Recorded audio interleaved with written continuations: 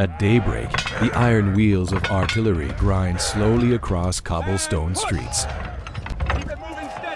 Along the seawall, cannons gather wheel to wheel, forming a silent line of iron. The tide creeps quietly against the harbor stones. Sailing ships lie anchored in the harbor. The sun rises as merchants begin their daily trade. The heavy lifting begins as the first bags of cotton are filled for the day. The city stirs to life with people starting their daily routines, unaware that these peaceful mornings are numbered. This is Charleston, South Carolina, the harbor where the first cannon fire started the American Civil War.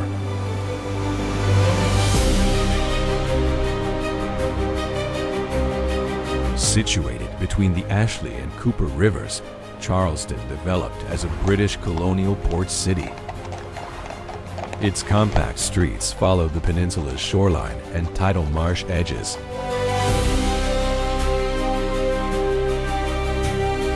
The signature single-house design stretched deep into courtyards with breezy side piazzas.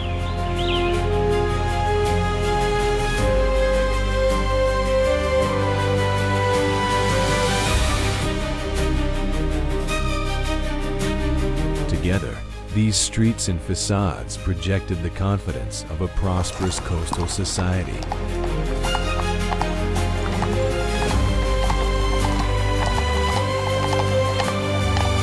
Charleston's streets were mostly paved with cobblestone, worn smooth by decades of trade and travel.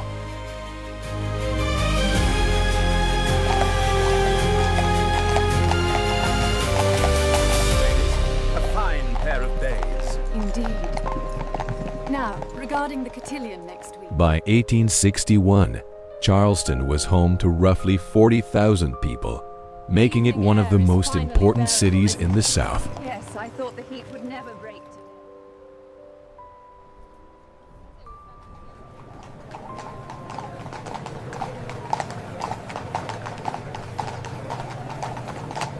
During this time, the city had grown remarkably prosperous, enriched by trade and plantation wealth. Its success was visible in its architecture, its bustling markets, and the constant movement along its harbor.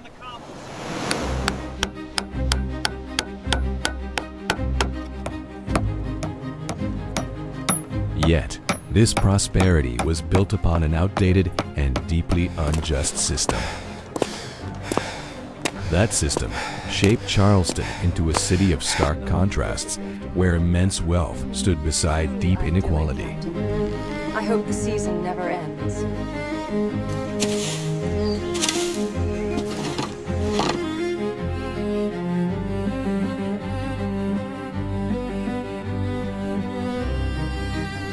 Enslaved laborers lived by exhausting physical work. Aristocratic families lived by inherited wealth and power.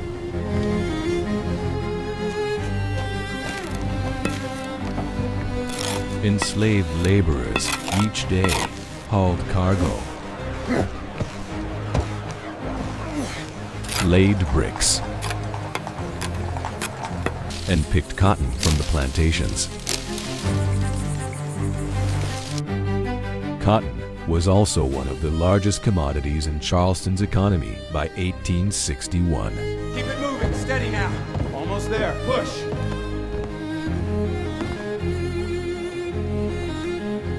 Keep it moving, gentlemen. The tide waits for no man. Mind your backs with that cotton. The harbor of Charleston was always bustling, as it stood among the most important ports in the South. Now. The Chancellor waits for no man. Yes, sir. Almost finished here.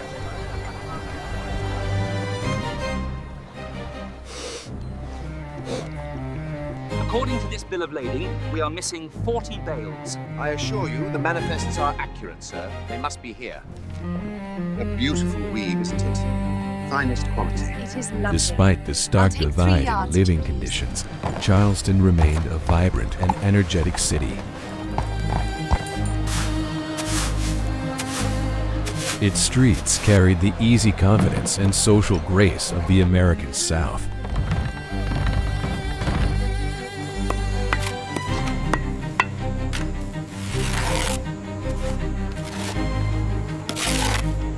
The recent unpleasantness down at the harbor has certainly affected the market. Indeed. As the sun set over Charleston, families prepared for the evening, unaware of what was about to unfold.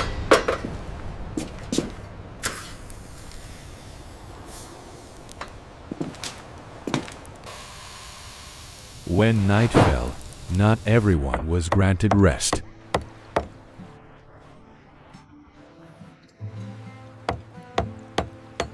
A quiet unease had begun to seep into daily life, though few showed it openly. Street lamps were lit by hand, one by one. Slowly, a warm glow spread across the darkened streets.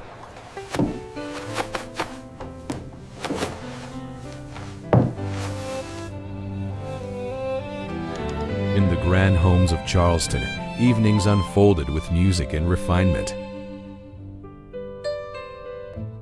Dinner was a ritual of elegance, a display of wealth and cultivated taste. And how is your sister recovering, Charles? We were so Conversation sorry to hear and the news. laughter filled the candlelit room. That is splendid news indeed. Fine meats and imported delicacies reflected the prosperity of the household.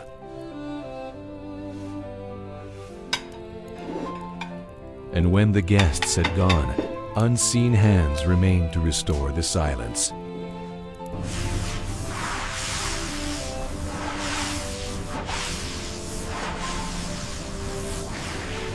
Families gathered indoors, while conversations drifted from balconies into the night air.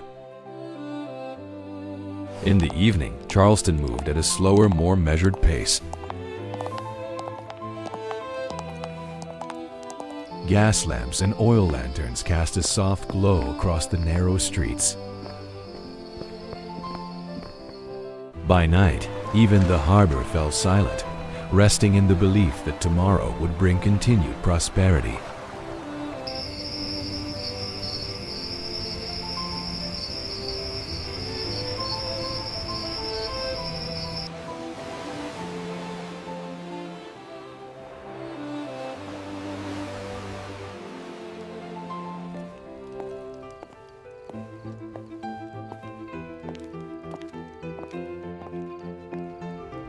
Morning came again, and the shouted commands of men hauling artillery echoed through the streets, stirring the city awake.